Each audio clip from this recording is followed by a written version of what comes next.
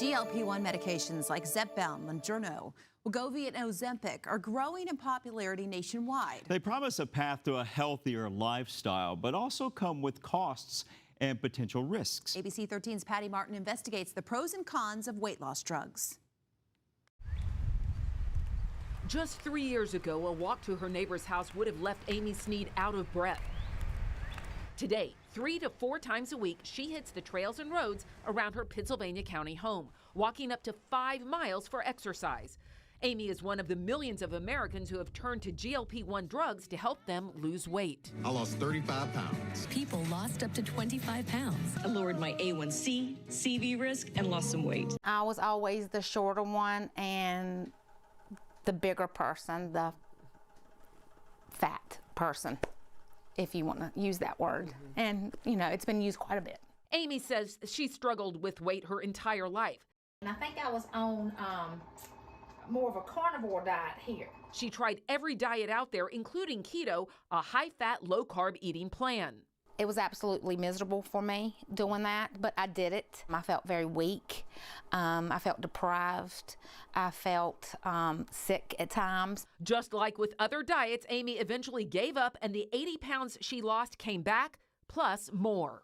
You feel good about yourself 1 minute, and then just a couple months later, that weight is back. It didn't come off overnight, but it almost went back on overnight. Then about 2 years ago, Amy learned she was pre-diabetic, and her doctor suggested she try a GLP-1 drug. She gives herself a shot once a week. Amy says shortly after starting on the medication, she found herself thinking less and less about food. I'll be honest with you, a lot of times you do not have the appetite to eat. So far, she's lost 126 pounds. Your food noise stops. GLP stands for glucagon-like peptide, a gut hormone that regulates blood sugar and appetite. The hormone slows down your stomach as it works to move the food to your intestines so you feel full longer. But in some people, the GLP-1 hormone isn't doing its job. Pretty much the only cause of type 2 diabetes is obesity. Dr. Michael Jones is an obesity and cardiometabolic specialist in Lynchburg. He doesn't treat Amy, but has a lot of patients with her same story.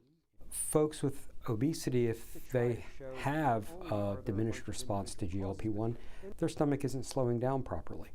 Doctors first started prescribing GLP-1 medications more than 20 years ago for those at risk of developing type 2 diabetes to help regulate blood sugar. But what they found is that the drugs had an additional benefit. I remember prescribing that medication back then, and pretty consistently we were noticing people are losing weight, and they tell me they just can't eat as much as they used to. Dr. Jones tells me the ideal candidate for a GLP-1 drug is someone who has the disease that causes type 2 diabetes, obesity. I don't call obesity a disease to give people an excuse for unhealthy behaviors, but the obesity is not the weight. Doctors diagnose you with obesity based on the kind of fat your body is carrying, specifically high visceral fat. That's the fat that accumulates around the gut and internal organs. And what we've been doing in diet culture for generations now is akin to giving people a cough suppressant for their pneumonia and then blame the person when the cough returns.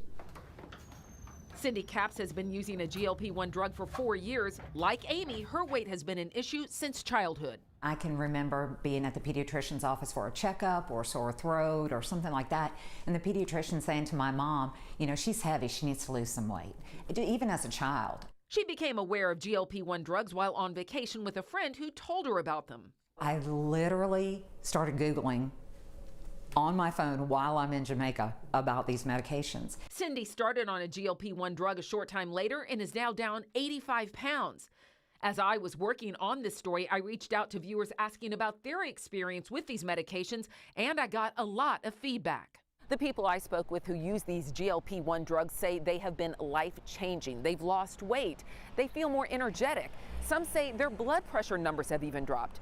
But researchers do have some concerns about the long-term effects. According to the Mayo Clinic, up to 40 to 70% of patients experience gastrointestinal issues like nausea and constipation.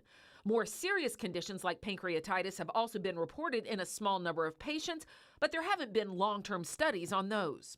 GLP-1 drugs work by reducing the appetite. Patients are eating less food, including proteins, critical for maintaining muscle. Studies also found that patients who don't exercise, including some sort of resistance training, are at risk of losing muscle. I went to the University of Virginia to talk to two researchers who have been looking into studies done on GLP-1 meds, specifically their effect on muscle mass. Drs. Zinke Liu and Sid Ngati say those studies show many GLP-1 patients aren't following through on the recommendations to eat more protein and stay physically active. I think it's important to remember that the physical activity guidelines are, individuals in the U.S. should try to get at least 30 minutes of moderate intensity exercise on at least 5 days a week to accumulate 150 minutes of activity. Only 10% of Americans meet that. They also have some concerns about the long-term benefits and risks. These medications have only been used for weight loss for a relatively short amount of time. We don't have an actual randomized controlled trial that has shown that with a combination of exercise and diet and these drugs that you can completely block any loss of muscle. Research shows that when patients stop taking the drugs, the weight returns, but not necessarily the muscle. So there's some preliminary evidence suggesting that when we stop the medication and regain the weight, the majority of the weight we regain back is fat. Battle against obesity is a battle against biology. It's a battle that only the intrepid take on, and one in which only a few prevail. It's emotional. Both Amy and Cindy say they have no intention of going back to where they were just a few years ago, not just for themselves, but for their loved ones as well. At my age, I'm not trying to be a model. I'm not trying to, do anything like that. I just want to be healthy. I just want to be healthy for my family. And as long as I'm healthy, that's the most important. I was in the store the other day, and my son walked past me. He said, "Mom, I didn't even know it was you," because he saw me from the back.